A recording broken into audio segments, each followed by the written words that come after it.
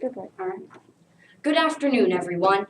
We are the St. James Seahawks from Biddeford. Our world-class question is, how can you teach an environmentalist to build the proper condition-suiting shelter in the Maine wilderness? In our model, our environmentalist name is John Dow. Typically, learning is taught in a classroom, like this one, with students listening to a teacher and doing paperwork. Boring! That's right. We want to do away with these methods and teach survival techniques in a whole new way. We've built a simulator to show how to build or find survival shelters and how to animal-proof it. In a classroom setting, the environmentalist will learn how to build the proper condition-suiting shelter. As a final exam, he will be put to a simulated test so he will get a hands-on experience. Were this in real life, the simulator would have a floor size of 20,000 square feet, the ceiling height would be 3 stories tall, and the terrain would range from mountainous to dense forests. The simulated weather would be created using sprayers and fans in the ceiling and walls of the simulator. The objective of this is to create a survival situation without the danger of a real situation. Because we are unable to build the simulator full size, we have built a scaled-down model. We have replaced the environmentalist with a Lego minifigure and the proposed robot animals with toy animals. Therefore, there is no danger as if this was a real situation. Here are some example shelters you can make. The type of shelter greatly depends on the environment and the materials available to you. Today, we will simulate 4 different weather conditions: rain, snow, floods, and high winds. This is our proposed method of how to innovatively teach an environmentalist how to build the proper condition-suiting shelter. Thatched roof shelters will help protect you from rain in a short-term situation. For the roof, you can use leaves, and if available, a tarp. To make this shelter, you must first construct a frame in the shape of half a triangle with angled branches tied together. Then lash horizontal beams to the shelter. Hang the leaves or tarp on the horizontal beams. A trench is a great short-term snow shelter.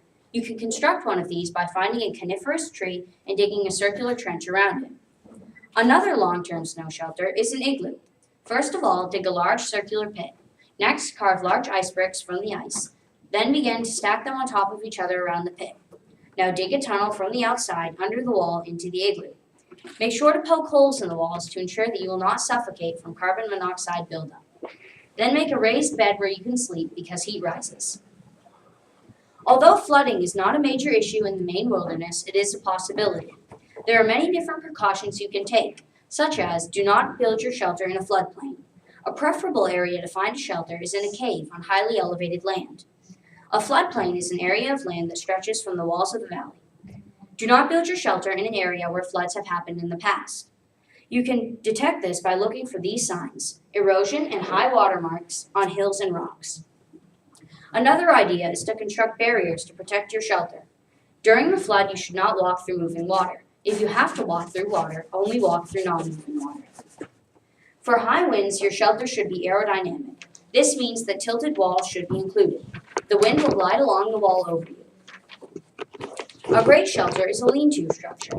This is a wall leaning over, creating half a triangular shape. Now the wind will go over you. Make sure that the shelter is big enough to completely cover your body. Protecting your shelter from animals is critical to having a good night's sleep. It is said that in the state of Maine, wolves will attack you when you're sleeping. Maintain a fire throughout the night because wolves are threatened by fire. Keep your camp clean and keep food in containers because animals will be attracted to it. Do not run. That will only cause the animal to attack. You cannot outrun them. You'll have to stay and fight them. Try to make yourself look as big as possible.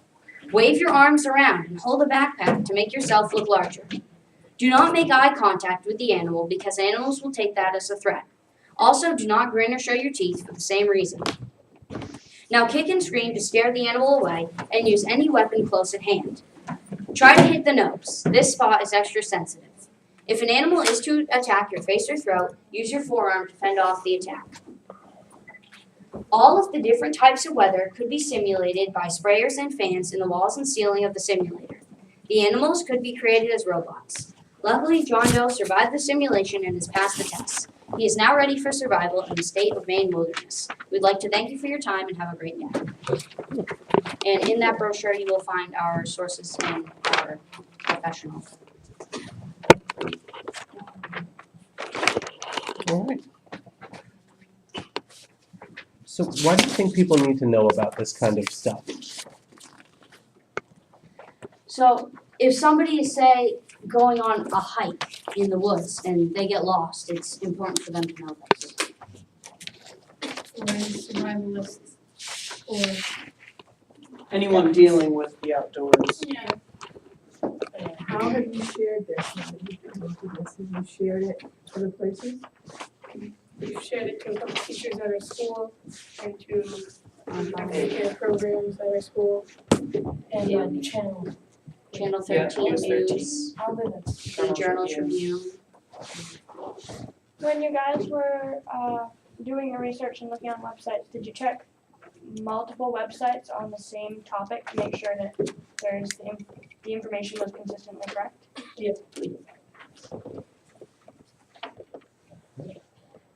So do you guys think that this is something that somebody could actually build? And do you have any idea of how much it would cost to build a structure like this to simulate all this wildlife? It would definitely be plausible to build, but we do not know the cost. Okay. An igloo would probably be free. Like you're gonna have to wait until the And there's no training. Yeah, I'm set. Thank you. Thank you very much. Thank you. Thank you. Once you figure